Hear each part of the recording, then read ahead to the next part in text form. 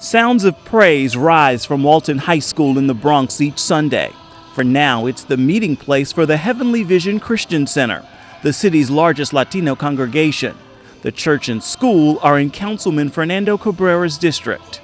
These houses of worship have contributed so much into the public schools. They have provided free air conditioning, painted the school, after-school program, adult literacy program. The list goes on and on. Free programs during a time when the city is cutting. And those cuts include church meetings. In less than 2 weeks, the city's education department will evict more than 60 congregations because of its policy banning worship services in public schools.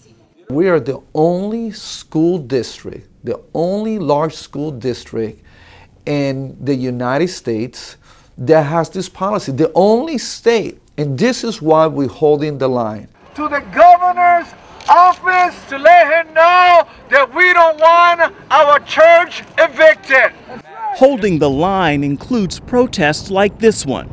Thousands marching across the Brooklyn Bridge to send a message to city leaders, the mayor, and the governor.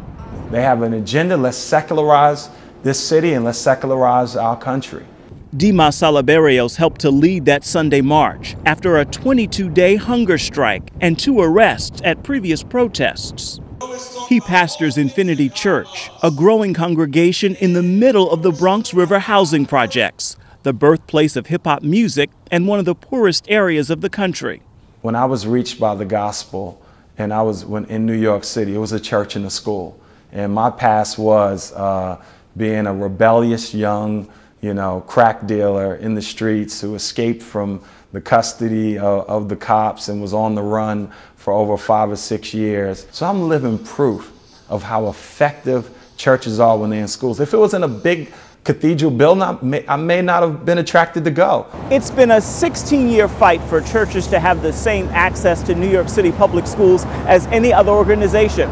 This latest pending eviction comes after the U.S. Supreme Court decided not to hear the case of a church in the Bronx. However, the court did hear a similar case back in 1993. It came from a small church about 70 miles east of here. I argued Lamb's Chapel before the Supreme Court of the United States. In that case, the American Center for Law and Justice argued religious speech is protected speech after the Center Moriches School District refused to allow Lamb's Chapel Church to rent the high school and show a Christian film. Seculo sees no difference in the access New York City churches are seeking for worship. It's exactly on point. So, and the Second Circuit, by the way, ruled against the church. We had to take it to the Supreme Court of the United States to win, and we won unanimously. So I think it's completely inconsistent. Unfortunately, the Supreme Court did not take the Bronx Household of Faith case. So that leaves a very difficult situation in New York, which is going to take a legislative remedy. They had come as gang members saying, I'm tired of this lie. Church, you were there. Councilman Cabrera is at work on that remedy, with measures before City Council, the State House, and Senate. We're expecting to pass. I mean, we have such an overwhelming support at the state level and in the city level. The only one who's not getting it is the mayor. We reached out to the Department of Education and the mayor's office for their side of the story. The city's law department would only say the department is quite properly concerned about having any school in this diverse city identify with one particular religious belief or practice. Still, take a look at this.